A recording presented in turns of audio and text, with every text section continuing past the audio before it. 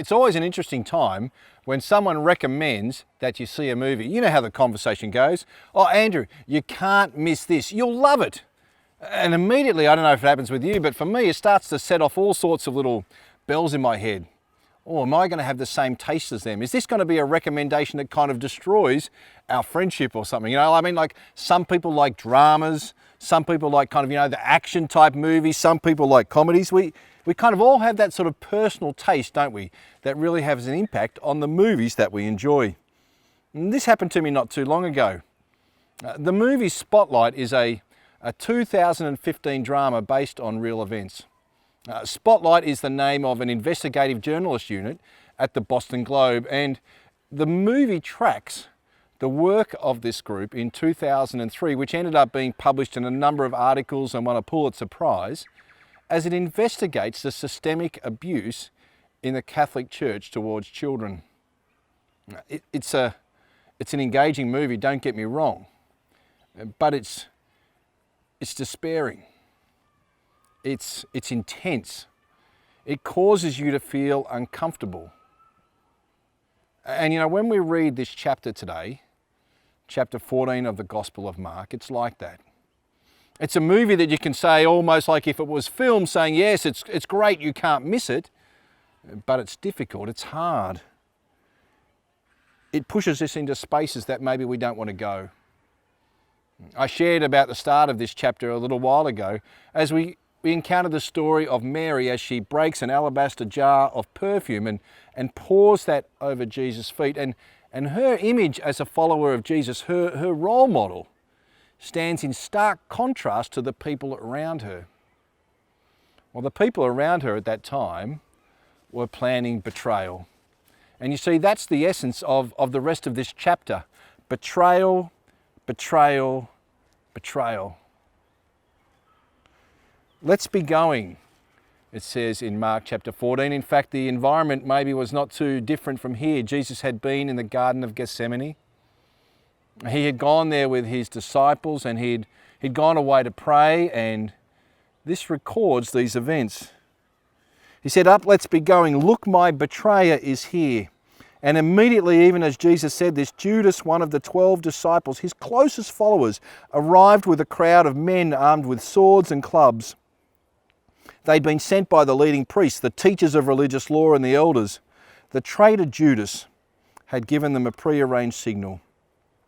"You will know which one to arrest when I greet him with a kiss. Then you can take him away under guard." As soon as they arrived, Judas walked up to Jesus. "Rabbi," he exclaimed, and gave him the kiss, maybe the most memorable, in a negative way, kiss in history. Then the others grabbed Jesus and arrested him. One of the men with Jesus pulled out his sword, struck the high priest's slave, slashing off his ears. Jesus asked them, "Am I some dangerous revolutionary that you come with swords and clubs to arrest me? Why didn't you arrest me in the temple? I was there among you teaching every day. But these things are happening to fulfill what the scriptures say about me." The long fermenting plans of the religious leaders to eliminate Jesus begin. They arrive to meet the Prince of Peace with military power. These plans had been growing, had been developing over time. They didn't just happen in the last few days.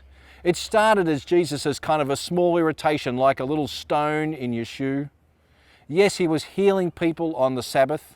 Yes, there was times which had started to magnify the intensity when he declared that he could forgive people, but these reached a climax when Jesus talked about destroying the temple. "Who gives you authority to do that?" the religious leaders would exclaim.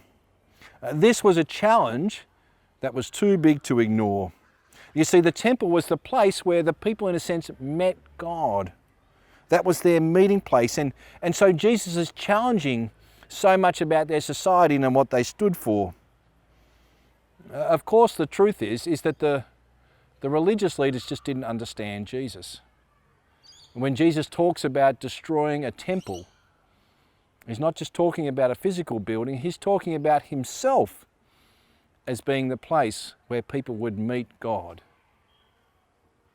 That's why they bring clubs and swords, because they just don't understand who Jesus is. Who do you think Jesus is?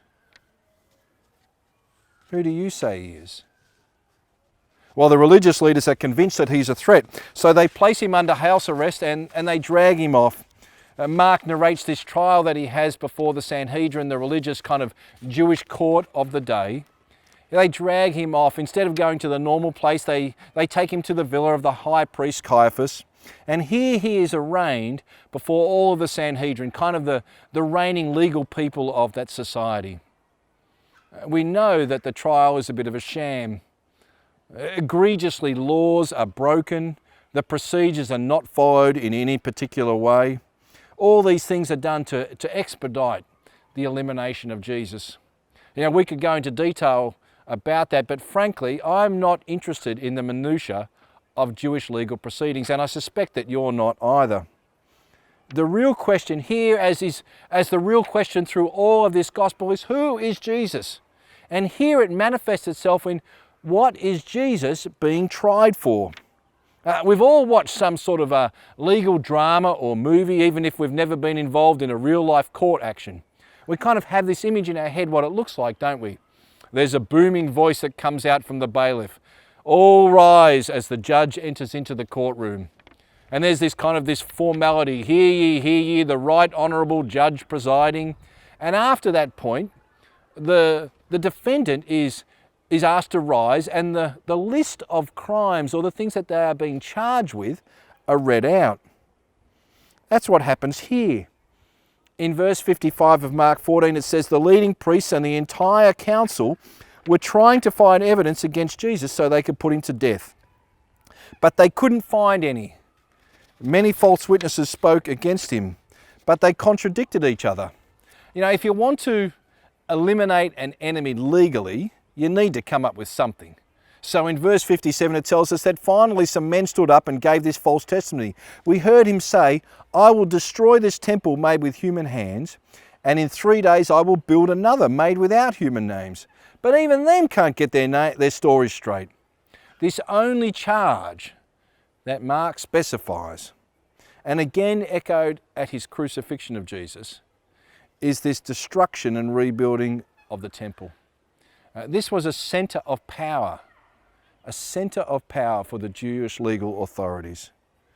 And here it's being challenged in a very real way.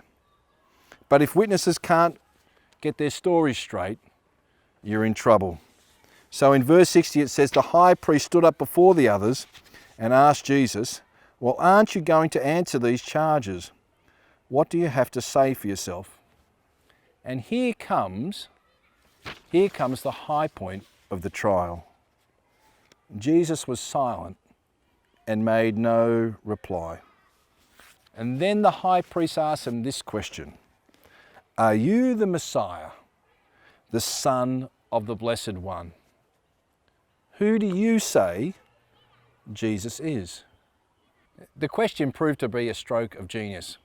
Blasphemy is a capital offence, and if the religious authorities could not get their witnesses to get their accusations straight, maybe they could get those words in the mouth of Jesus. It's the one point at which Jesus breaks the silence. Are you the Christ, the Son of God? Until this point, a questioning from the high priest, Jesus had never answered this question. But in verse 62, Jesus says this, I am, and you will see the Son of Man seated in the place of power at God's right hand and coming on the clouds of heaven.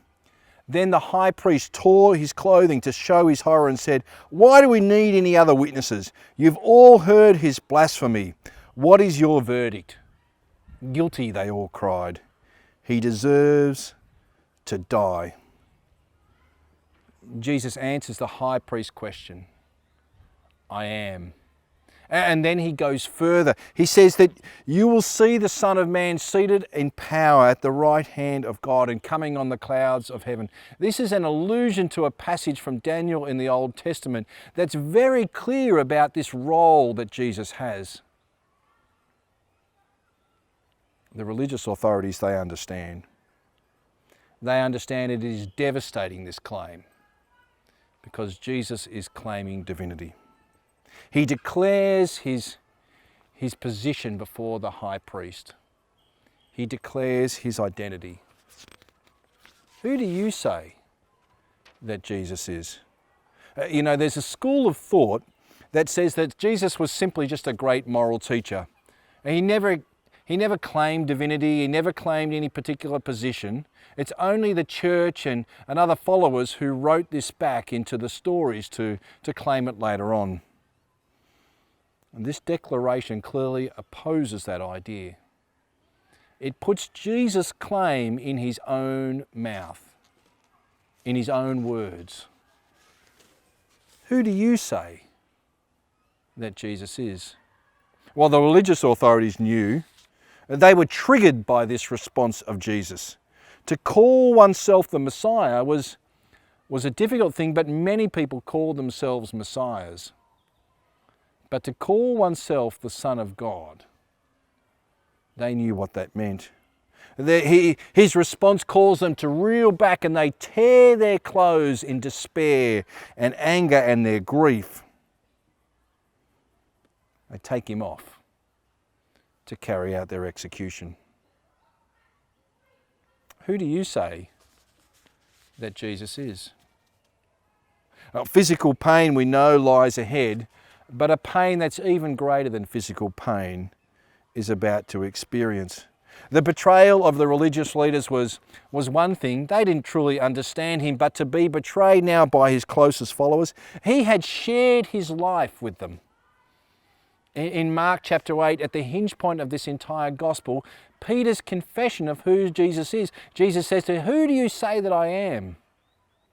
And Peter makes this bold declaration, "You are the Messiah." They had made their statement. But now we read about this betrayal. First in verse 50 it says that we know that Judas had betrayed him, but then we read this, all his disciples deserted him and ran away. The previous chapter, not long ago in Mark 14:31, we read this, "No," Peter declared emphatically, "even if I have to die with you, I will never deny you." And all the others vowed the same. But instead we see the betrayal of Judas here multiplied by the wholesale betrayal of all of his followers. They abandon him. They flee. You can understand that great pain, can't you?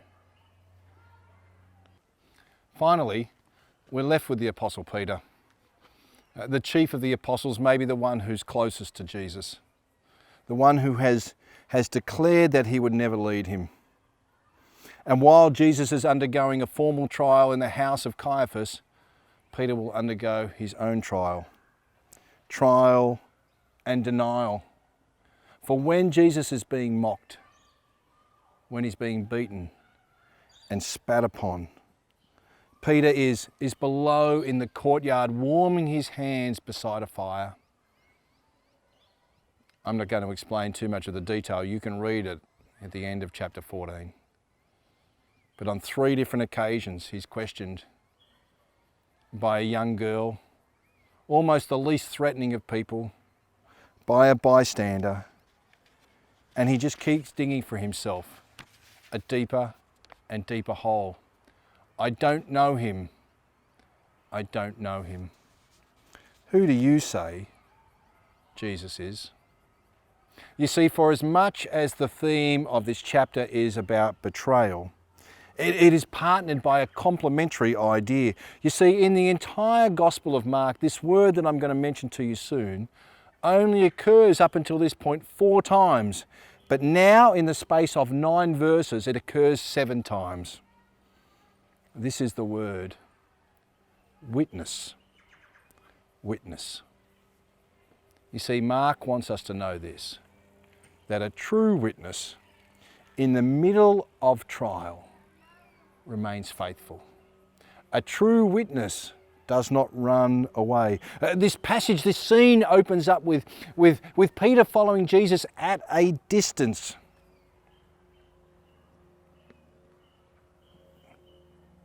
That's a challenging little phrase, isn't it? to follow Jesus at a distance. Do you understand what that means? I know I do. To follow Jesus at a distance at home, or follow Jesus at a distance at school or at work or with a particular group of friends or at sport, to follow Jesus at a distance. It's painful, isn't it? It's convicting. In verse 51 it says that one young man following behind was clothed only in a long linen shirt. When the mob tried to grab him, he slipped out of his shirt and ran away naked.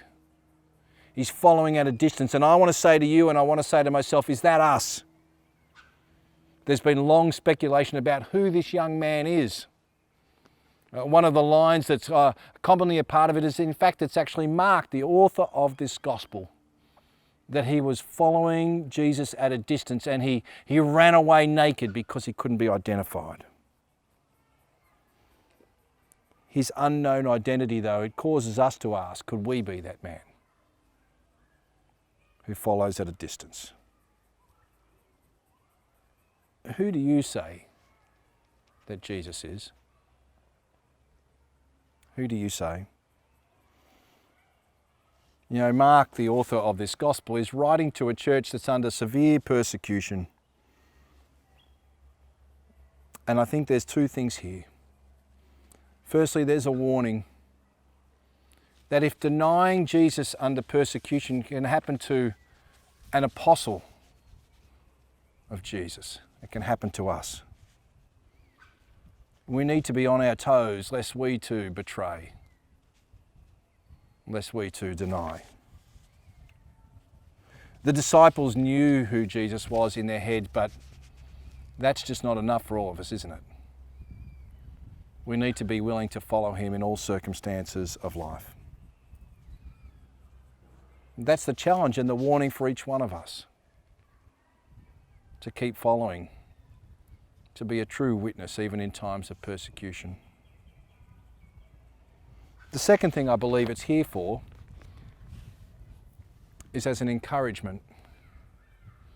And because at the end of this message is almost like a postscript. And we ask ourselves this question: what happens to the one who betrays? What happens to the one who denies? You might ask yourself, and I might ask myself, how could God ever deal with us when we have let him down, failed, denied? But in the postscript in the life of Peter, we find great encouragement. After the resurrection of Jesus, we will see this redemption of who Peter is, this bringing back of who he is, to a recognising that this failure has happened, but still you are invited to be part of his family. Still you can be a follower. And I want to say that's to each one of you, to myself, to each one of us today. That even the times when we've betrayed, even the times when we've denied and haven't lived up to the hope and the expectation that we've had, is we can still find that place as a follower of Jesus. There's a beautiful verse. There's a beautiful verse in the book of Romans which says this: where sin increases, grace increases more. And that's what I want to leave you with today. I want to leave you with that encouragement to stand firm, but also that postscript for this, that when we fail, where sin increases, God's grace increases more. Amen.